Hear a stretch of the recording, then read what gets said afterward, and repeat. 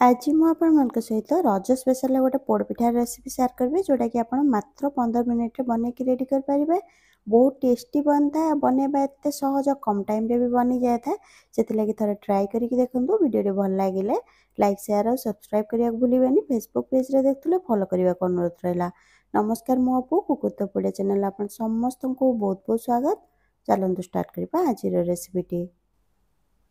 प्रथम गोटे बोल नहीं जावा और एथिरे देदेबा 1.5 कप अरुआ चाउल जो थे आम पिठा बनई था से चाउल नॉर्मल अरुआ चाउल। आप चाहिए बासमती चाउल जो थे आम खीरी बनई था से भी बन पारे। ये मुझे नॉर्मल अरुआ चाउल नहीं गोटे मेजरिंग कप रे मापिक नहीं।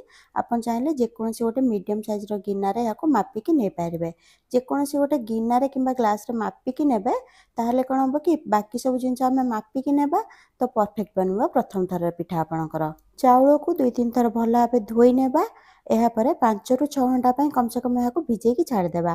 टाइम थिले आपण चाहिए अधिक समय पर्यंत भी भिजे पारे। एमती हाथ में भांगी जाउथुवा जमती चाउल भिजिबा परे ताहले सहजरे चिकन करके बाटी हेबो। यापर चाउल को गोटे जाली को छाणी नेबा कहीं आम पानी मापिकी देबा। एथिरे बिल्कुल भी पानी न रहिबा दरकार जेतले आम यहाँ बाटिया पई नेबा। यापर या गोटे ग्राइंडिंग जार को ट्रांसफर कर नेबा। आ एथिरे देबा फाळे नडियार कोरा। गोटे मीडियम साइज नड़िया थिला आपन टे कम बेसी निज हिसाब से नहीं पारे। बढ़िया बास्ना देबा 3टी गुजराती मंजी। यह सहित देबा आधा छोट चमच गोलमर्च गुंड गुंड ही देबे। गोटा गोलमर्च देबेनी कहीं सहजरे बाटी हेबनी कोटी रही पाटे लगे खाइला बेले। यापर एथिरे देबा गोटे कप पानी से कप रे मापिकी जो कप रे आमे चाउल मापी थे से मुझे कि जेकोसी गोटे गिना आप सेट करने। 1.5 कप चाउल पाई देबा गोटे कप पानी भल भाव चिकन करके ग्राइंड करनेबा। आ गोटे बोल को ट्रांसफर करनेबा। एबे यहाँ रखा साइड रे आउ गोटे कुकर गरम करवा। आउ एथिरे देबा गोटे बड़ चमच घी कहीं घीर ही पोड़पिठा बनइले बेसी भल लगी थाए। एठी आपण कुकर बदल रे जेकोसी मोटा कड़े किंबा हांडी भी नहीं पारे। ध्यान रखिए मोटा देखिकी नेबे। यह सहित स्टील कड़े किंबा हांडी किंबा कुकर नेबेनी कहीं से जल्दी ताती जाए थाए। एबे एथिरे देबा गोटे मुठा पाखापाखि काजू आ किछि सेकेंड भाजी नहीं कि किछि किसमिस देदेबा। एठी आपण बिना काजू किसमिस रे भी बने पारिबे देले टिके बेसी भल लागि थाए। निज हिसाब रे कम बेसी करके भी नहीं पारिबे काजू किसमिस। लो फ्लेम रे अल्प भाजी की बाहर करनेबा। एबे एथिरे देबा फाळे कटा नडिया आ लो फ्लेम रे अल्प टिके भाजी की बाहर करनेबा। कलर चेंज करवानी खाली एथिरे भजा नडियार बास्ना आसीबा को लागिले बाहर करनेबा। एहा परे गोटे पैन ने देबा गोटे कप पानी से कप रे मापिकी जो कप रे आमे चाउल मापिकी नैथिले एहा सहित दे देबा 200 ग्राम पाखापाखि गुड़। कप रे मापिले गोटे कप रु टिके कम अच्छी गुड़ आपण निज हिसाब रे कम बेसी करके गुड़ दे पारिबे। एतिकी गुड़ देले नॉर्मल मीठा रहबो। बाकी आपण निज टेस्ट हिसाब रे दे पारिबे कम बेसी। गुड़ जंती भल भाव मेल्ट हो जिवो से पर्यंत पानी को आमे फुटे नेबा। पाग करबानी किंबा बेसी फुटेबानी नले पानी कम पड़ जिवो पिठा पई। 2-3 मिनिट लागिवो आपनको एही प्रोसेस रे। यही चैनल आपको अलग अलग प्रकार पिठा सहित बहुत प्रकार पोड़ पिठार रेसिपी मिल जाव। आप चाहिए चेक करेंगे। लिंक आपको तले डिस्क्रिप्शन बॉक्स में मिल जाव।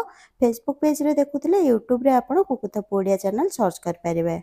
देखो 2-3 मिनिट हो गलानी गुड़ आमर भल भाव मेल्ट हो गलानी पानी रे।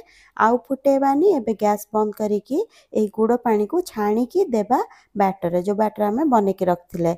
एठी ध्यान रखिए गुड़ पानी को छाणीकी देबे कहीं गुड़ रे बेले बेले मैला थाए। यह सहित गुड़ पानी को ठंडा करेंगे गरम गरम गुड़ पानी देबे आ सांगे सांगे गोलेबे नहले कौन हम कि बैटर रे लम्स बा बिंडी परिका बनीजिव। आउ एठी जदि आपण ठंडा करके गुड़ पानी को देबे ताले पिठा कणिया बनिबनी एटा भी ध्यान रखिए। बैटर देखंतु एमती पतला रहिबा दरकार। 1.5 कप चाउल पाई आमे टोटाल 2 कप पानी रो व्यवहार करचंदी। पानी रो माप एथिरे बहुत इंपोर्टेंट ताहाले पिठा भलो बनिबो। एबे एथिरे देबा लूण स्वाद अनुसार आधा छोट चमच रो टिके कम मु देइछ आपण निजे हिसाब रे दे पारिबे। आ खाइबा सोडा देबा आधा छोट चमच जो सोडा आमे पकुडे देइथांती सेही सोडा। सोडा देले पिठा नरम बनिवा सहित जालीदार बनिबो। आ गोटे कथार ध्यान रखिबे सोडा देला परे सांगे सांगे पिठा बने नेबे। गोलेइकी याको 5-10 मिनिट जदि छाड़ी देबे ताहले पिठा भलो बनिबनी। एहा परे जो कुकर आमे ड्राई फ्रूट्स भाजितिले सेतिर अल्प टिके घी अछि मु आ गोटे बड़ चमच घी दे दोछि। आपण निजे हिसाब रे कम बेस करके दे पारिबे। घी को साइड रे भी भल भाव लगे नेबा ताहले पिठा सहजरे बाहरी आसीबो ठंडा होला परे। फ्लेम को एटी मीडियम हाई रे रखिबा आ बैटर को मझी रे गोटे जगह रे ढालिबा। यह सहित ऊपर देदेबा भजा ड्राई फ्रूट्स आ भजा नडिया गोलेबा दरकार ने ऊपर खाली देदेबा। कुकर ढांकुण लगे नेबा। एथिरे मु हुइसिल बाहर कर नेछि यार रबर किंतु रखिबा। घंटा देखिके या परे 2 मिनिट रखिबा हाई फ्लेम रे। तापर बाकी टाइम आम पूरा लो फ्लेम रखा ना पिठा तलू तातीज।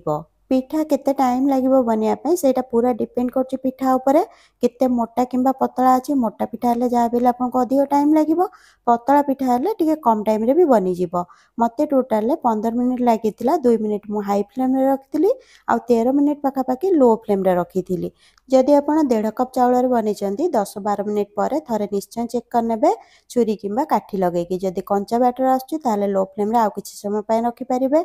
बेले बेले कोन होय कि पिठा बहुत कणिया बनी थाए, सेतिलागि काठी रे अल्प टिके टिके बैटर लागि थाए, किंतु जदि सेटा सिझा बैटर अछि ताले जानिबे कि ठंडा होला पर पिठा सेट हे जिवो।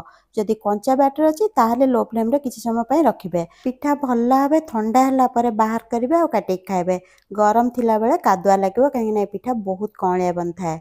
रेसिपी विषय रे निजर मतामत देबा सहित लाइक शेयर करिया भूलिबेनी। पुन देखाबा गोटे नुवा रेसिपी रे। से पर्यंत खुशी रहंतु, हेल्दी रहंतु और सेफ रहंतु।